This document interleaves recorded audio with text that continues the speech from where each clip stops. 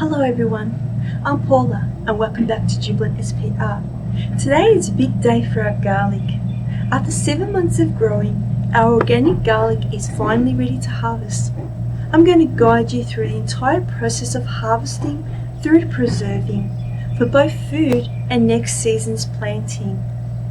If you're growing garlic or thinking about starting, this episode will show you exactly what to do from the moment your greens dry to the moment your bulbs are stored away.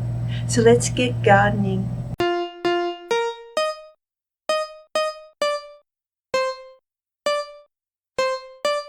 For harvesting and storing the garlic, you will need food grade plastic bucket, plastic container, garden hand trowel, knife optional, elastic bands or string, breathable cloth Hessian bag, freezer bags, weighing scale optional, note paper or diary optional, and calculator optional. We have a little patch here where I planted garlic over 7 months ago. I think they are ready to come out. So this particular garlic had a thick green stem on the soil surface and I had a sneak peek. The bulb seems nice and full.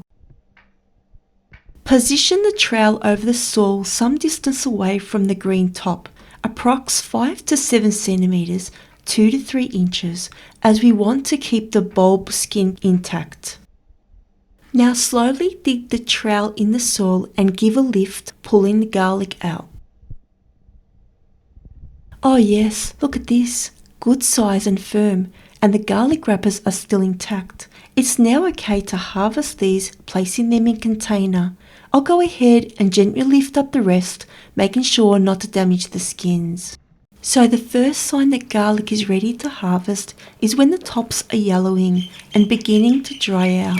This is a good sign they are mature. That's exactly what's happening here.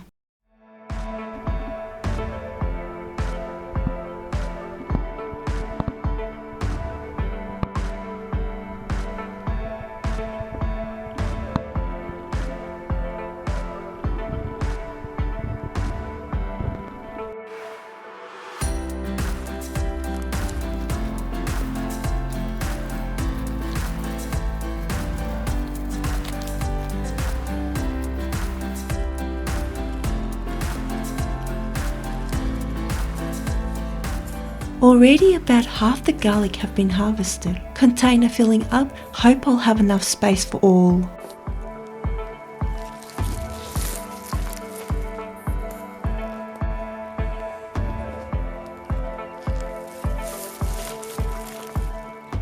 Great, perfect timing. That's a nice little harvest of garlic. Now that the garlic is harvested, it's time to clean off this soil. Fill up a bucket with some water. I like to use rainwater when I can, as it's gentle and has no chemicals. I'm not removing the roots or tops yet, that comes later. Right now we just want to remove the heavy soil so the bulbs can dry properly. Soon we'll be taking the garlic inside the house. It is really easy to remove the soil around bulbs, it comes straight off. Don't stress if they're not fully clean.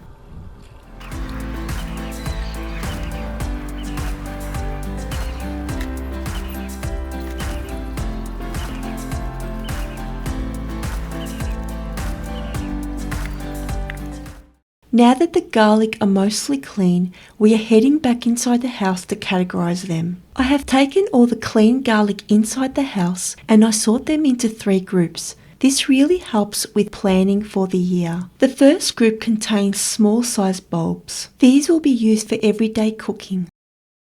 The second group contains medium-sized bulbs. These will also be used for everyday cooking, however, it depends how much we have in the next category.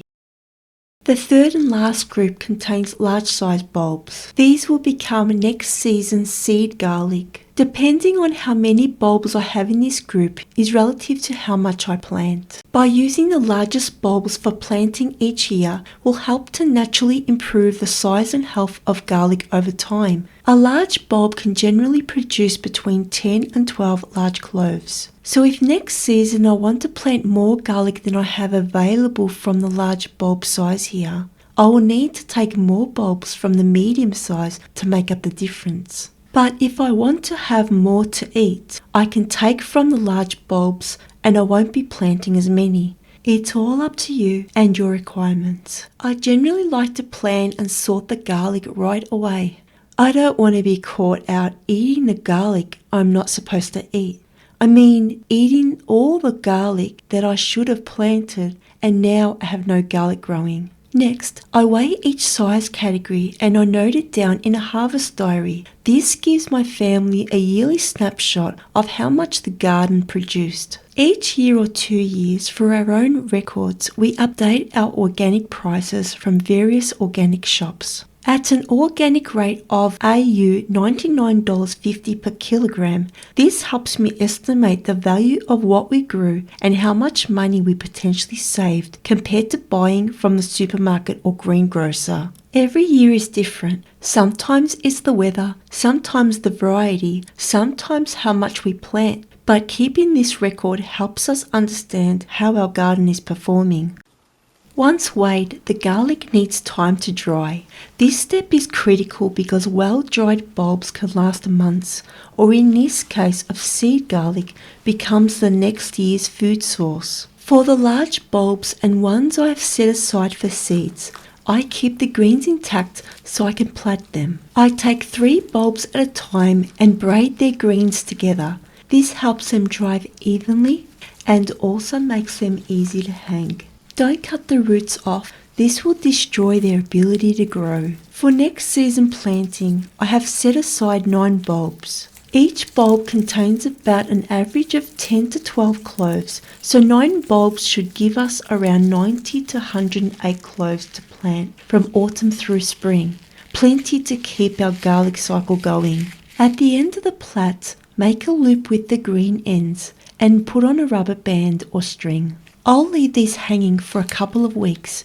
You can dry them inside the house or outside under cover location like a carport, shed or garage. Good airflow and shade are key to preventing rot.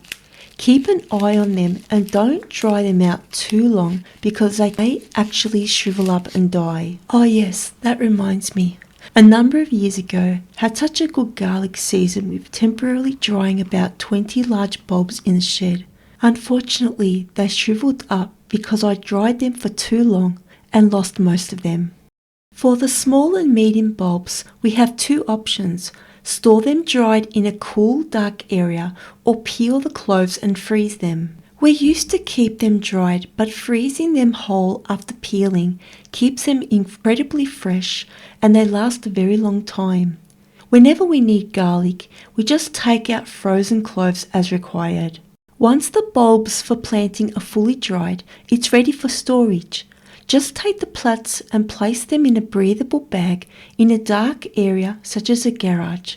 Keep the greens, skins and roots intact. These are the same garlic bulbs I had in cloth bag in garage, stored away for 4 months prior to planting. The green tops have browned, are fully dry with crinkly sound. The roots are still intact and bulbs with no signs of rot.